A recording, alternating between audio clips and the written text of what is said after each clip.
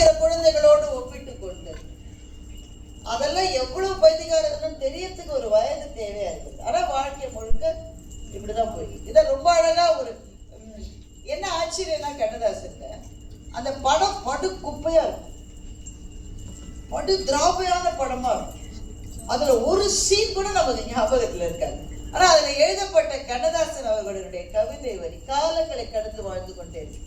நல்லா எழுத்தாளர் ஜெயமோகன் ஒரு முறை சொன்னார், கண்ணதாசனுடைய சினிமா பாடல் வரிகள் எப்படி இருக்கும்னு கேட்டா, நம்ம உள்ளூர் பஸ்ல போற போது உலக அழகி பக்கத்துல உட்கார்ந்த மாதிரி இருக்கும். உள்ளூர் பஸ்ல நீங்க எல்லாம் போயிருக்கீங்களான்னு தெரியாது, நான் நிறைய போயிருக்கேன்.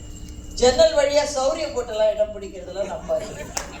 உண்மையிலேயே சௌரியம் எடுத்து போட்டெல்லாம் ஜன்னல் வழியா குதிச்சு உள்ள போய் சில பேர் பிள்ளைய தூக்கி போட்டு இடம் பிடிப்பாங்க. எனக்கு பக்கு பக்குங்க இந்த மாதிரி ஏறதுக்குள்ள பஸ் கிளம்பிட்டா என்னடா செய்யும், அந்த பிள்ளை கிளம்ப விட முடியாதுன்னு நினைக்கிறேன். அது விடாதான் இருக்கும். அப்படி கூட்டமான நெரிசலான வேர்த்து கொட்டுற எதுக்குமே எல்லாருக்கும் எல்லார் மேலேயும் எரிச்சல் வர ஒரு பஸ்ல நீங்க பக்கத்துல திரும்பி பார்த்தா உலக அழகி உட்கார்ந்தா எப்படி பக்குன்னு இருக்கும். கண்ணதாசனுடைய சில பாடல் வரிகள் அப்படிதான் இருக்கும். படம் ரொம்ப சாதாரணம், சீன் ரொம்ப குப்பை, ஆனா பாடல் வரி காலங்களை கடந்து வாழும். இக்கரைக்கு அக்கறை பச்சைன்னு ஒரு பாடல் இருக்கிறது. என் வீட்டு கண்ணாடி என் முகத்தை காட்டவில்லை, இக்கரைக்கு அக்கறை பச்சை. இதை விட இது அழகா சொல்லவே முடியாது. Grass is green on the other side அப்படின்றது ஆங்கில பழமொழி. அது தமிழ்ல இருந்து ஆங்கிலத்துக்கு போச்சு, ஆங்கிலத்துல இருந்து தமிழுக்கு அதுதான் தெரியல. அநேகமா தமிழ்ல இருந்து போயிருக்கலாம், ஏன்னா இது ரொம்ப பழைய பழமொழி. இக்கரைக்கு அக்கறை பச்சை, அது அப்படியே அதையே பல்லவியாக்குற. என் வீட்டு கண்ணாடி என் முகத்தை காட்டவில்லை, இல்லாத பொருள் மீது எல்லாருக்கும் ஆசை வரும், இக்கரைக்கு அக்கறை பச்சை. கடல் மீது வீழ்ந்தவர்கள் வீழுங்கள், வழிச்சாலை கண்டவர்கள் செல்லுங்கள், போக வழியின்றி நிற்பவர்கள் நெல்லுங்கள், அவரவர்க்கு வாய்த்த இடம் அவன் போட்ட பிச்சை, அறியாத மானிடர்க்கு அக்கறையில் இச்சை என்று அந்த சரணத்தை மொழிக்கிறார் கண்ணதாசன். என்ன ஒரு அபாரமான வரி. கர்ணன் படத்துல நீங்க நான் சொன்ன இப்ப இந்த கீதை 18 அத்தியாயம் அதெல்லாம் சொன்னேன்ல, இந்த 18 அத்தியாயம் கொண்ட கீதையை நீங்க ஒரு பாட்டா எழுதி கொடுங்கன்னு கேட்கிறாரு. இது எவ்வளவு கஷ்டமான ஒரு அசைன்மெண்ட். இது எப்படி இது சாத்தியம்? கீதையினுடைய எல்லாவற்றையும் தொகுத்து ஒரு 3 நிமிஷத்துக்குள்ள வர்ற ஒரு பாடலாக எப்படி சொல்ல முடியும்? இந்த அசைன்மெண்ட்டுக்காக அவங்க பெங்களூர் போய் அவங்க ஹோட்டல்லாம் ரூம் போட்டு 4-5 நாள் தங்கறதுக்கான ஏற்பாடோட போயிருக்காங்க. ஆனா ஒரு நாளிலே எழுதப்பட்டதுதான் கர்ணன் படத்தினுடைய எல்லா பாடல்கள். ஒரே நாளிலேயே எல்லா பாடல்களையும் எழுதுறாங்க. மற்ற பாடல்கள் எல்லாமே கடினமானவை, ஏன்னா எல்லாமே ஹிந்துஸ்தானி ராகம், அதை பேஸ் பண்ணின மியூசிக்.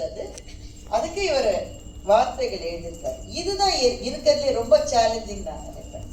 அதுல என்ன ஒரு அழகான பொருத்தம்னா 18 அத்தியாயம் கொண்ட கீதைக்கு இவர் எழுதிய பாட்டுல 18 வரிகளோடு ஒரு பாடலை எழுதி, மரணத்தை எண்ணி கலங்கிடும் விஜயா, மரணத்தின் தன்மை சொல்வேன் கேள், மானிடர் ஆன்மா மரணம் எய்தாது மறுபடி பிறக்கும், மேனியை கொள்வாய் மேனியை கொள்வாய், நீ விட்டு விட்டாலும் அவர்கள் மேனி வெந்துதான் தீரும் போர் நாள், புண்ணியம் இதுவென்று உலகம் சொன்னால் அந்த புண்ணியம் கண்ணனுக்கு, போற்றுவார் போற்றலும் தூற்றுவார் தூற்றலும் போகட்டும் கண்ணனுக்கு, கண்ணனை காட்டினான் கண்ணனை சாட்டினான் கண்ணனே கொலை செய்கின்றான், காண்டீபம் எழுக உன் கைவண்ணம் சிவக்க இக்களமெல்லாம் சிவக்க வாழ்க என்று 18 வரிகளில் அந்த பாடலை கண்ணதாசன். எவ்வளவோ சொல்லிட்டே போலாம். அந்த கேரக்டர்ஸுக்கு பாடல்கள் மூலமாகவே சொல்ல கண்ணதாசனாலதான் முடிந்திருக்கிறது. ஒரு கதையையே அவர் ஒரு பாடல்ல சொல்லியிருக்கார். பாமா விஜய் படம் முழுக்க எடுத்த பிறகு கே பாலச்சந்தருக்கு ஒரு பாட்டு போடணும்னு தோணிது. அதனால மொத்த படத்தையும் கண்ணதாசன் அவர்களுக்கு போட்டு காமிச்சிருக்காரு. நீங்க அதுல ஏதாவது ஒரு பாட்டு சேருங்க, என்ன வரவேட்டனா செலவு பத்தனா அதிகம் ரெண்டனா கடைசி துந்தனா, இதானே என்னையா இப்படி பண்ணிட்ட, நான் 3 மணி நேரத்துக்கு படம் எடுத்துக்கிட்டேன், நீ 2 லைன்ல கதைக்கையே முடிச்சுட்டியே. மொத்த கதையும் அவரால் அதுல சொல்லலாம். அதான் மொத்த கதா அவள் ஒரு தொடர் கதைன்னு ஒரு படம் ஒருவேளை நீங்க எல்லாம் பார்த்துருப்பீங்க. அதுல 3 கதாபாத்திரங்களுக்கும் 3 பாட்டு. அதுல வர கதாநாயகி கவிதாவுக்கு கண்ணிலே என்ன உண்டு கண்கள் தான் அறியும், கல்லிலே ஈரம் உண்டு கண்களா அறியும், என் மனம் என்னவென்று என்னை என்று யாருக்கு தெரியும். அதுதான் கவிதா. கவிதாவினுடைய ஃப்ரெண்டு அடி என்னடி உலகம், இதில் எத்தனை கலகம், செக்கு மீது ஏறிக்கொண்டால் சிங்கப்பூர் போகுமா, சேர்ந்தவர்க்கே பாடுபட்டால் பெண்ணின் தேவை தெரியுமா? கொக்கை பார்த்து கற்றுக்கொண்டு வாழ்க்கை என்ன என்பதை கொத்தும் போது கொத்த வேண்டும். அடுத்தல கொத்தும் போது கொத்த வேண்டும்,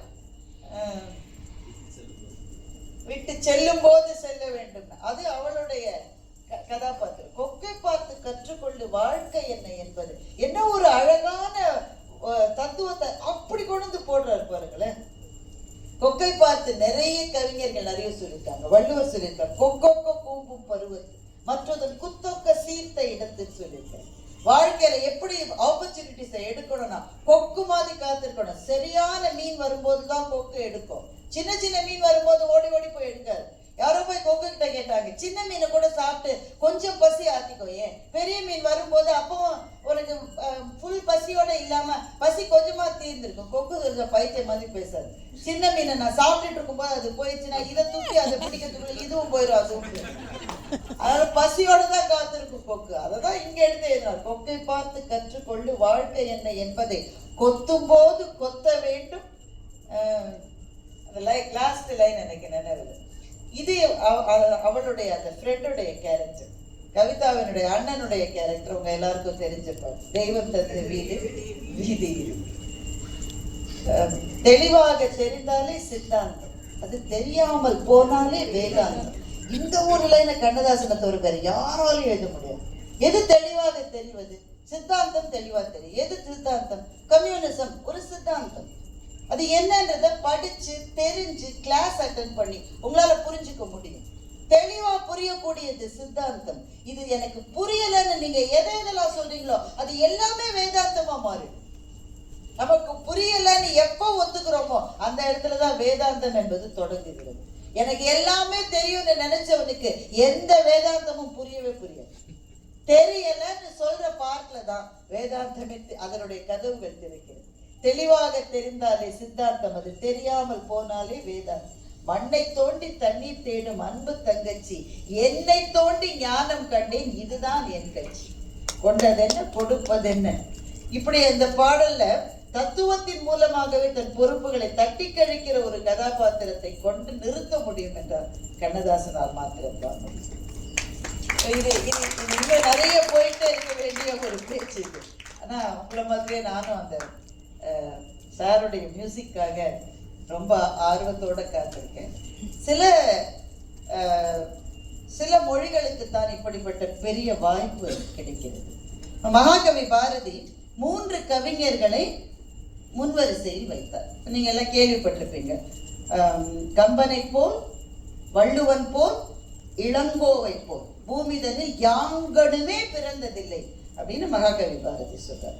இதை சொல்றதுக்கான எல்லா தகுதியும் அவருக்கு இருக்கு. ஏன்னா அவருக்கு 7 மொழி தெரியும். தமிழ் தான் உலகத்திலே சிறந்த மொழி. உனக்கு எவ்வளவு மொழி தெரியும்? அது ஒண்ணுதான் தெரியும். அப்ப அந்த சாட்சி செல்லாதுதான் அந்த சாட்சி. 7 மொழி தெரிந்த ஒரு கவிஞன் பல கவிஞர்களினுடைய படைப்புகளை அந்தந்த மொழிகளிலேயே ஒரிஜினலா படிக்கக்கூடிய அனட்டோல் பிரான்சிஸ் பாரதி பிரெஞ்சிலேயே படிச்சிருக்காரு. அப்படி தெரிந்த ஒரு கவிஞர் சொல்றாரு, யாம் அறிந்த புலவரிலே கம்பனை போல், வள்ளுவன் போல், இளங்கோவை போல். இது வந்து குரோனாலஜிக்கல் ஆர்டர் கிடையாது. குரோனாலஜிக்கல் ஆர்டர் தான் வள்ளுவன், இளங்கோ, கம்பன் வந்திருக்கும். ஆனா இவர் சொல்றது கம்பன், வள்ளுவன், இளங்கோ. இப்ப கண்ணதாசன் ஒரு பாட்டு இருக்கு, கம்பன் ஏமாந்தான்னு ஒரு பாட்டு இருக்கு. அது முதல்லயே கம்பன் வந்தாச்சு. அது கம்பன் தான் ஃபர்ஸ்ட். அதுல வள்ளுவன், இளங்கோ, பாரதி என்ற ஒரு வரிசையை நான் கண்டேன். அந்த வரிசையில் இருப்பவர் மட்டுமல்ல, அட நானும் ஏமாந்தேன்னு இருக்கு. இப்ப முதல்ல கம்பன் அவன் கொண்டு வந்தது 3 பேரை பக்கத்துல உட்காந்து வைக்கிறாரு. வள்ளுவன், இளங்கோ, பாரதி. சோ பாரதியாரை ஏற்றி வச்சது சிம்மாசனத்துல 3 பேர்.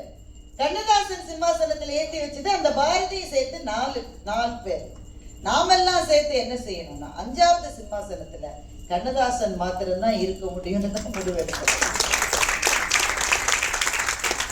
கம்பன், வள்ளுவன், இளங்கோ, பாரதி, கண்ணதாசன். என்னை பொறுத்தவரை அந்த 6வது சிம்மாசனம் காலியாகவே இருக்கிறது என்றுதான் நான் நினைக்கிறேன். கண்ணதாசனுக்கு பிறகு வந்து அதை நிரப்பியவர்கள் என்று யாரையும் நம்மால் ஒத்துக்கொள்ள முடியாது. அப்படி தமிழ் பாடல்கள் இருக்கிற வரையில் மியூசிக்ல என்ன டெக்னாலஜி மாறினாலும் அந்த வார்த்தைகளுக்கான முக்கியத்துவத்தை டெக்னாலஜி அழிக்கிற போது அந்த சங்கீதத்தில் ஏதோ ஒரு சின்ன குறை இருப்பதாக என்னை போன்ற சில பேருக்கு தோன்றுகிறது. வார்த்தைகளுக்கு முக்கியத்துவம் இல்லாத பாடல்கள் வருகிற போது மனத்தில் ஏதோ ஒரு மூலையில் ஒரு பலி இருக்கிறது. எப்படி இருந்த நம்முடைய பாடல்களுக்கு என்ன எம்எஸ்விலாம் மியூசிக் போறபோது அந்த அந்த ஒரு உச்சரிப்பு சரியில்லைன்னா அவர் விடுவாரா அதை விடுவாரா அது சரியா வர்ற மட்டும் அந்த பாடகரை வந்து அவர் சரி பண்ணிட்டு தான் அந்த பாடல் வெளியே வரும். அப்படி இருந்த எஸ்பிபி அதை பத்தி எவ்வளவோ சொல்லியிருக்காரு. உச்சரிப்பு எவ்வளவு சரியா இருக்கணும்ன்றதை பத்தி நிறைய பேசியிருக்காரு. வேறு வேறு மொழிகளை சேர்ந்த நம்முடைய தமிழ் பாடகர்கள் எவ்வளவு உச்சரிப்பில் சிறந்திருந்தார்கள். இன்னைக்கு தமிழ் குழந்தைகளே வந்து பாடுகிறார்கள், ஒரு உச்சரிப்பும் சரியில்லை. அதை விட பெரிய கவலை, அவர்கள் யாரும் தமிழ் பாட்டை தமிழில் எழுதி வைத்து பாடுவதே இல்லை. பெரும்பாலும் இங்கிலீஷ்ல எழுதி, நீராறும் கடலுக்கு ஒரு பிள்ளை இங்கிலீஷ்ல எழுதி வச்சு பாடுச்சு. நான் ஒரு காலேஜுக்கு போனேன், அதுதான் பாடிச்சு, நல்லா பாடிச்சு. பாடிட்டு பேப்பரை எங்கேயே வச்சுட்டு போயிடுச்சு. பேப்பர்ல பார்த்தா இங்கிலீஷ்ல எழுதி வச்சு NERA நீராறும் கடல். அப்போ மொழி என்பது இசை அளவே ஒரு கலாச்சாரத்துக்கு முக்கியமானது என்று நான் நினைக்கிறேன். ஏனென்றால் நம்முடைய அடையாளத்தினுடைய வேர் என்பது மொழியிலிருந்து ஆரம்பிக்கும்.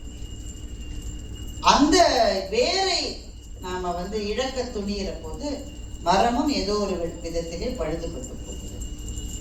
அதனால அதற்கான முக்கியத்துவம் திரும்ப நம்ம மியூசிக்ல இப்ப நிறைய அருமையான பாடல் ஆசிரியர்கள் வந்திருக்காங்க, அருமையான இசையமைப்பாளர்கள் வந்திருக்காங்க. சார மாதிரியான மியூசிஷியன்ஸ் அந்த பாடல்களுக்கு எவ்வளவோ அழகு சேர்க்கிறார்கள். சொற்களுக்கான அழகும் நம்முடைய பாடல்கள் திரும்ப வருவதற்கான ஒரு காலம் வரும்னு நாம நினைக்கிறோம்.